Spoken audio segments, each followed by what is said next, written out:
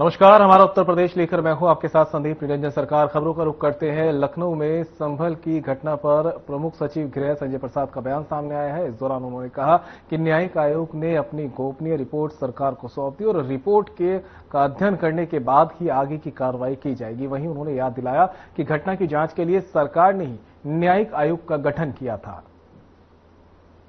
Sir, संभल न्यायिक जांच आयोग ने आज अपनी रिपोर्ट सबमिट करी, उसको लेकर क्या कहना है? जी, ये जो संभल में जो घटना हुई थी, इसके जांच के लिए जो प्रदेश सरकार ने जो न्यायिक आयोग गठित किया था, आज उन्होंने अपनी रिपोर्ट माननीय मुख्यमंत्री जी को सौंपी है और उस पर आगे की कार्रवाई की जाए। कई सारे बिंदु हैं उसमें सर, तो क्या रिपोर्ट के अध्ययन करने के बाद राष्ट्रीय स्वयंसेवक संघ के प्रमुख मोहन भागवत ने बीजेपी और संघ के रिश्तों को लेकर बड़ा बयान जारी किया है। आरएसएस प्रमुख मोहन भागवत ने कहा कि बीजेपी और संघ में कोई विवाद नहीं है। संघ के संबंध सिर्फ बीजेपी तक सीमित नहीं है, बल्कि हमारे सभी सरकारों के साथ अच्छे संबंध रहे। उन्होंने कहा कि मतभेद हो सकते हैं, लेकिन मनभेद नहीं।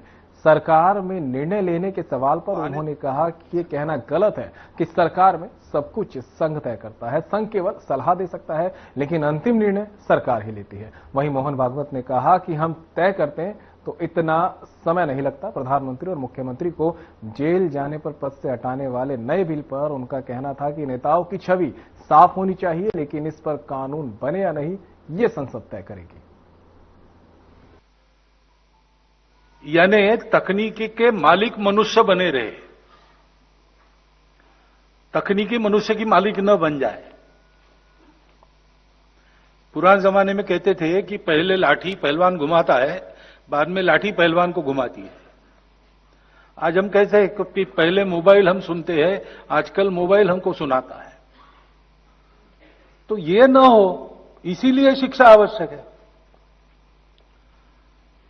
अशिक्षित हाथ में पड़ जाए तो सारा ज्ञान का क्या दिशा लेगा बता नहीं सकते, वो ध्वंस हो सकता है।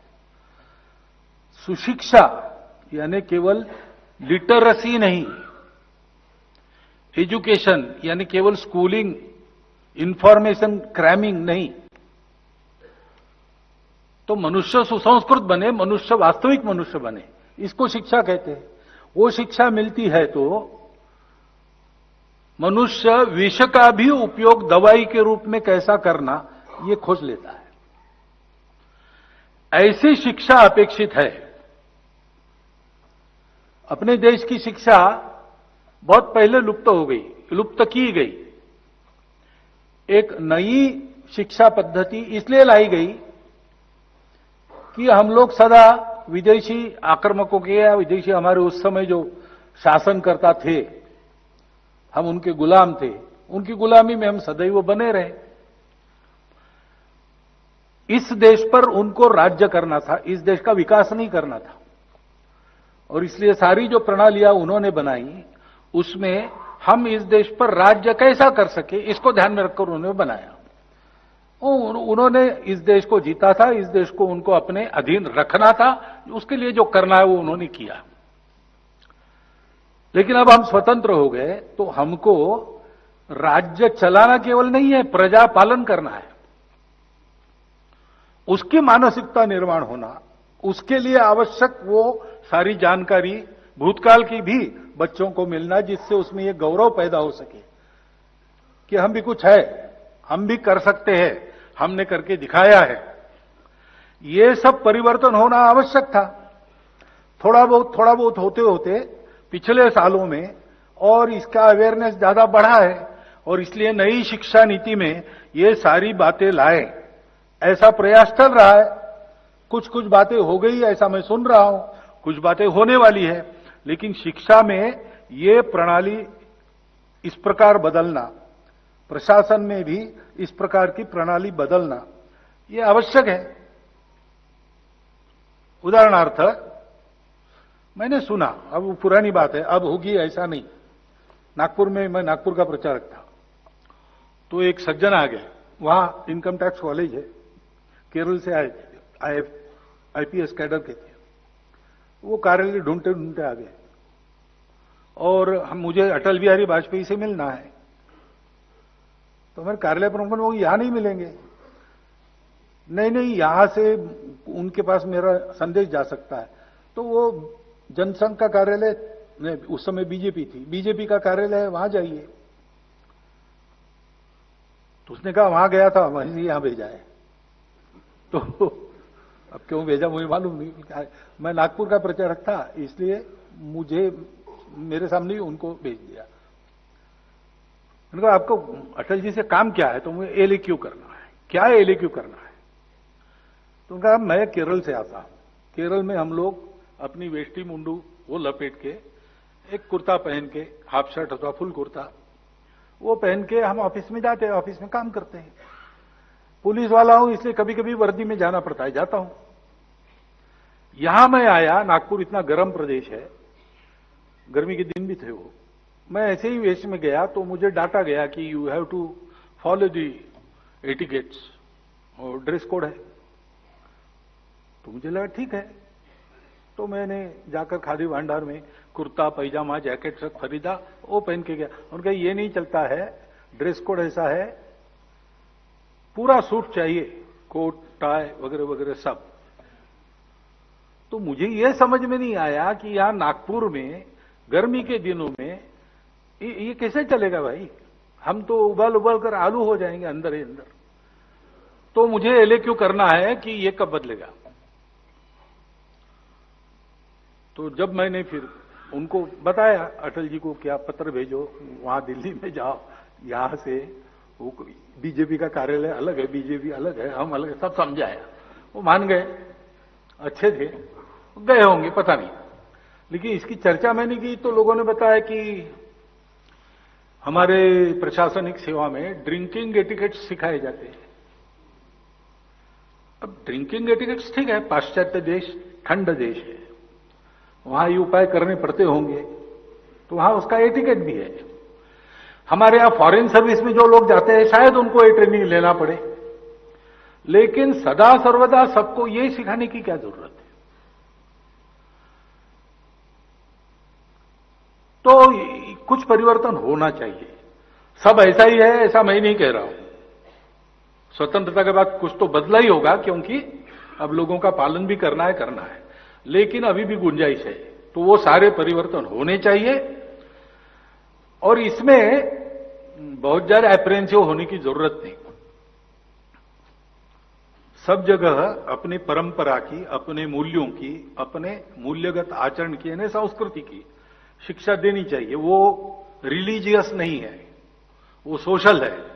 हमारे रिलीजन्स अलग अलग हो सकते हैं, सोसाइटी के नाते हम एक है, ये समझकर वो कॉमन है। जैसे माता पिता को सम्मान देना, ये किसी रिलीजन में इसकी मनाही है क्या? बड़ों के सामने नम्रता रखना, अहंकार के अधीन नहीं होना, आदि आदि बातें एक विशेष है और अलग दिखती है। दूसरी जगह दूसरा है, उसके वहां कारण होंगे, उसके कारण होगा वो, मैं उसको खराब नहीं कह रहा हूं, लेकिन अपना अच्छा है। तो ये शिक्षा मिलनी चाहिए और ये एक तरह से यूनिवर्सल है, बहुत थोड़ा अंतर है। Good manners they are nearly universal. बस भोजन करते समय हाथ से भोजन करना कि नहीं, ये अलग है, लेकिन ऐसी छोटी बातें छोटी छोटी यूनिवर्सल है। तो इंग्लिश नॉवेल्स आप पढ़ेंगे तो ये नहीं मिलेगा ऐसा नहीं है। हम अंग्रेज नहीं है, हमको अंग्रेज नहीं बनना है, लेकिन इंग्लिश एक भाषा है, भाषा सीखने में क्या दिक्कत है? हमारे घर में, हमारा 3 पीढ़ी से संघ का घर है और इन संस्कारों की वगैरह कोई कमी हमारे घर में नहीं है। मैं 8वीं के क्लास में था तब पिताजी ने मुझे ऑलिवर ट्विस्ट पढ़ाया, प्रिजनर ऑफ झेंडा पढ़ाया, अनेक इंग्लिश नॉवेल्स में पढ़ चुका हूं। इससे मेरे हिंदुत्व प्रेम में रत्ती भर भी अंतर नहीं आया, नहीं आता है।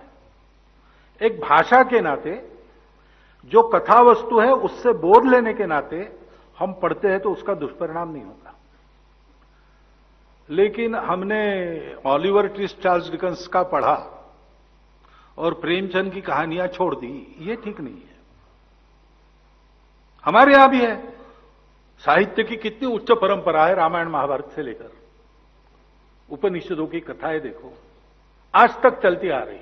हर भाषा में एक लंबी अच्छी परंपरा है, वो सीखना चाहिए और इसकी शिक्षा सब में मिलनी चाहिए, क्योंकि मिशनरी स्कूल हो, मदरसा हो, कुछ भी हो, रिलीजियस एजुकेशन एक अलग बात है, लेकिन सोशल मेरिट के नाते हमारा सबका सिलेबस एक है। वो भारत की परंपरा है, प्राचीन काल से चलती आई है। जैसे श्रीमान आरिफ बेग आए थे, मैं नगर प्रचारक था अकोला में, विजयादशमी उत्सव के अध्यक्ष के नाते वो आए थे, तो उन्होंने कहा था कि इस देश की परंपरा कैसी है, सबके लिए कितनी अच्छी है। तो उन्होंने उदाहरण दिया था कि अलंकार सुग्रीव और अन्य वानरों के पास मिले, वो सीता जी के है कि नहीं पहचानना था। लक्ष्मण को बुलाया कि तुम भी पहचानो, उसने कहा मुझे केवल पैर की पंजनियां दिखाओ, क्योंकि मैंने कभी सीता जी के मुख के ओर दृष्टि नहीं डाली, मैंने हमेशा उनके चरण ही देखे। अब इसमें जो एक संस्कृति झलकती है वो कितनी बड़ी है, वो सबकी समान है, उसकी शिक्षा सब में होनी चाहिए। उससे हमारे रिलीजन मार नहीं खाता, उल्टा अधिक अच्छा बनता है।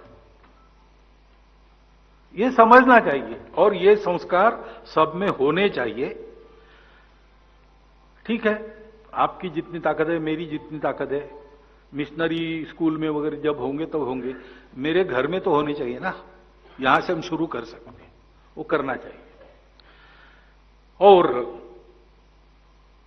हमारे यहां अभी जो नई शिक्षा नीति में पंचकोशीय शिक्षा का तत्व मान्य किया है, उसमें सभी कोशों का विकास, सर्वांगीण विकास, उसमें कला, क्रीड़ा, योग, ये सब है।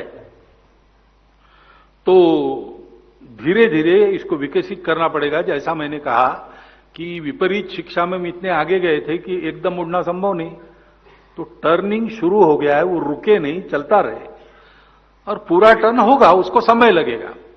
इसलिए करिकुलर गतिविधि नहीं, प्रत्येक मनुष्य को कला का अंग चाहिए।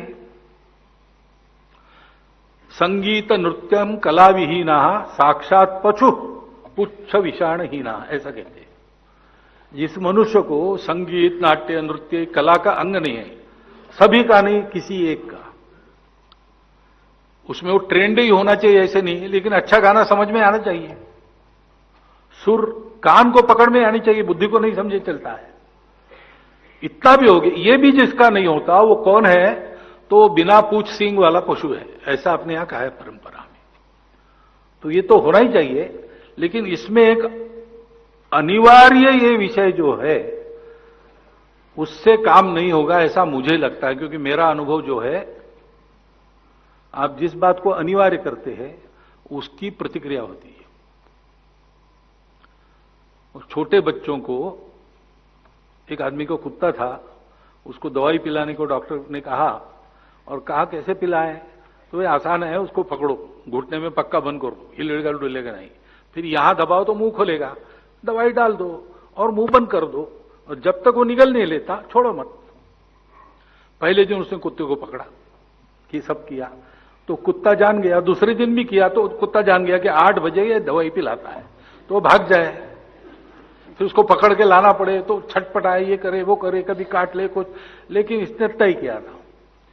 ऐसा 3-4 दिन हो गई खटपट। उसके बाद एक दिन वो कुत्ते के झटके से वो दवाई की कटोरी गिर गई, तो सारी दवाई जमीन पर गिर गई। फिर इसने छोड़ दिया, गाली देते देते।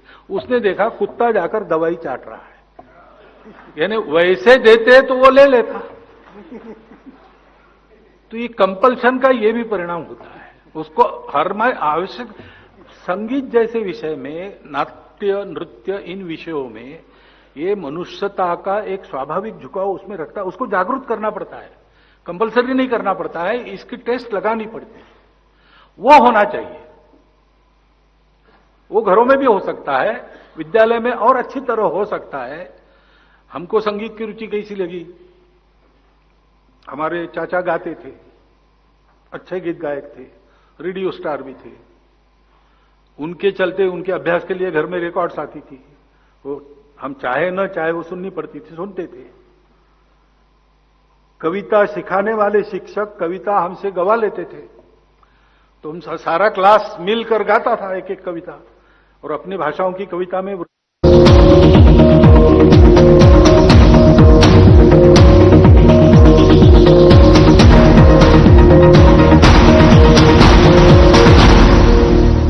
क्या आप जिम जाते हैं, कसरत करते हैं, फिर भी आपकी सेहत नहीं बनती? काजू बादाम किशमिश मेवे प्रोटीन के डिब्बे खाते हैं, फिर भी कुछ असर नहीं होता? तो इसका मतलब है आपका पाचन तंत्र खराब है। और जब तक के पाचन तंत्र दुरुस्त नहीं होगा, आप जितना मर्जी अच्छे से अच्छा खा लो, आपकी सेहत नहीं बन सकती। इसलिए हमारी संस्था सन्यासी आयुर्वेदा ने एक ऐसी दवा का निर्माण किया है जो कि आपके लिवर, आपके पाचन तंत्र को दुरुस्त करने का काम करती है, ताकि आप जो भी खाएं उसका पूरे का पूरा निचोड़ आपके शरीर को लगे, आपकी भूख बढ़े, खाया पिया सही से लगे, नया खून बने, हड्डियों में जान आए, वजन बढ़े और आप मोटे तगड़े खूबसूरत पर्सनैलिटी के मालिक बन जाएं। सिर्फ 699 रुपए की पूरे 1 महीने की दवा होती है, और आप इसे घर बैठे 011-45454545 पर फोन करके दवा मंगवा सकते हैं। चुलबुलापन जिसकी हर बात में भूल जाए, मेरी जैसी मेरी अपनी पताका चाय, गजब का स्वाद। कुछ पल तुम्हारे साथ बिताए हुए पल मेरे साथ रहेंगे जिंदगी भर। LIC से मिले बीमे की रकम ने ही मेरे नए काम की शुरुआत को मुमकिन बनाया। कुछ पल का साथ बन जाता है जिंदगी भर का साथ। LIC, हर पल आपके साथ। यशस्वी प्रधानमंत्री नरेंद्र मोदी जी के मार्गदर्शन में माननीय मुख्यमंत्री योगी आदित्यनाथ जी द्वारा अपनाई गई परंपरा के साथ प्रगति की नीति गोवंश संरक्षण और गोधन इकोनॉमी की दिशा में समूचे देश के लिए बन गई एक मॉडल योजना। 2018-19 में निराश्रित गोवंश की समस्या के निदान हेतु स्पष्ट नीति निर्धारण के बाद प्रदेश में अवैध बूचड़खाने बंद हो गए। 2017 से पहले सिर्फ 100 गो आश्रय स्थल थे। 2025 में जिनकी संख्या 7,700 से भी अधिक हो चुकी है। मुख्यमंत्री सहभागिता योजना के अंतर्गत गोवंश के भरण पोषण के लिए DBT के माध्यम से वितरित की जा रही है सहायता राशि। 2017 के बाद गोधन उत्पादों के अर्थतंत्र को पहली बार समझा गया तो आर्थिक उन्नति का नया मॉडल भी स्थापित हो गया। महिला स्वयं सहायता समूहों की सक्रिय भूमिका ने ग्रामीण क्षेत्रों में सृजित किए रोजगार के नए अवसर। काम दमदार, डबल इंजन सरकार।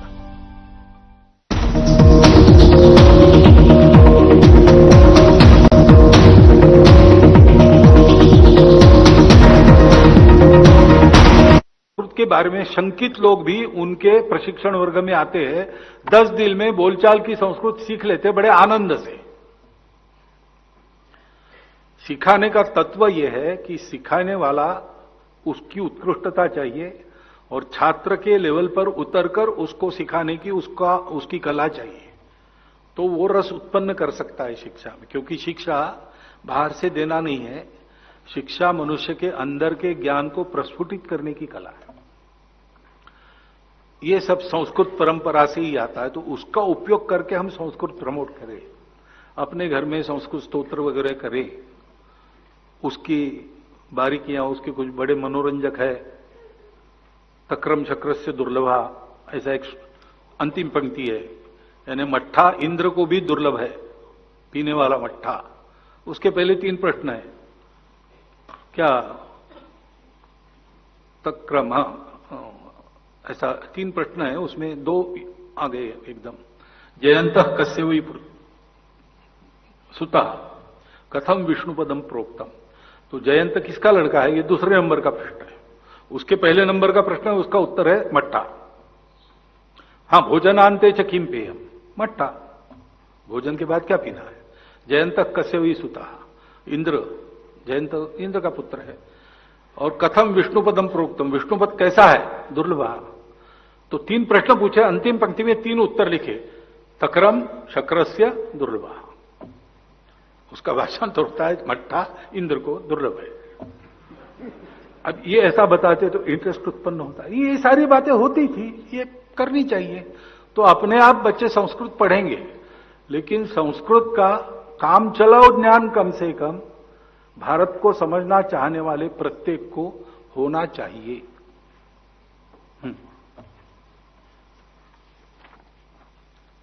एक प्रार्थना है, जब प्रश्नकर्ता का नाम मन से बोला जाए तो कृपया वे अपने स्थान पर खड़े हों, ऐसी आप सबसे विनती है। हाँ जी, ठीक है। भारतीय ज्ञान परंपरा, doctor Rajagopala, Ayurveda Vaidya and teacher. What is the initiative taken by RSS or its subordinate organizations in propagation or popularization of Indian knowledge system? What measures are envisioned for the future? RSS has no subordinate organizations. The organizations in which Swayamsevaks are working are independent, autonomous, and they are expected to be self-dependent. But there is no subordination of any kind in RSS. As an organization, in RSS, we daily sing एकात्मता स्तोत्रम। तो एकात्मता स्तोत्रम, उसमें पहले सच्चिदानंद रूपाय भगवान को वंदन है, फिर मातृभूमि का वंदन है, उसके बाद भारत की नदियां, भारत की पहाड़, इनके नाम हैं। फिर ऋषि परंपरा से लेकर तो वैज्ञानिकों तक सबके नामों का उल्लेख है। वैज्ञानिकाश्च कपिल, आखिरी बता रहा हूं मैं, ऋषि परंपरा को छोड़ देता हूं, लेकिन यहां वैज्ञानिकाश्च कपिलः कणादः सुश्रुतः चरको भास्कराचार्यो वराहमिहिर सुधि, नागार्जुनो भरद्वाज आर्यभट्टो बसु, जगदीश चंद्र बसु, बसुर्बुधा, ध्येयो वेंकटरामश्च विज्ञा रामानुजादया। तो पूरी तब से लेकर अब तक की वैज्ञानिकों की परंपरा रिप्रेजेंटेटिव रूप में उसमें आ गई, और इसको हम रोज कहते हैं, और वर्गों में हमारे प्रशिक्षण में एक एक नाम के बारे में जानकारी देते हैं। ये संघ में नित्यक्रम है, अनेक वर्षों से है, और जैसे जैसे समय बीतता है वैसे वैसे ये लिस्ट थोड़ी बदलते हैं, अत्याधुनिक करते हैं उसको। अभी की जो चल रही वो मैंने बताया। तो भारतीय नॉलेज क्या था, हमारे यहां विषय रहता है बौद्धिक वर्गों में भारत की ज्ञान परंपरा, आध्यात्मिक ज्ञान से लेकर तो विज्ञान की परंपरा तक सारी बातें। सोनी जी बैठे उसमें, उनकी पुस्तक है, वो बड़ी लोकप्रिय है संघ के बाहर भी। तो हमारा तो ये विषय पहले से है, भारत की ज्ञान परंपरा का ध्यान रखना। अब शिक्षा में भी वो 4 संगठन काम कर रहे हैं शिक्षा क्षेत्र में, उनके प्रयासों से नई शिक्षा नीति में भी वो विषय आया है। और पहले तो ये सुनाई नहीं देते थे शब्द, भारतीय ज्ञान परंपरा कहना इट वॉज ए टाबू। लेकिन आज मैं शिक्षा सम्मेलनों में जाता हूं, इधर उधर जाता हूं, कई जगह सारे देश के। नमस्कार दोस्तों, आज हम आपके सामने एक अवैध मदरसों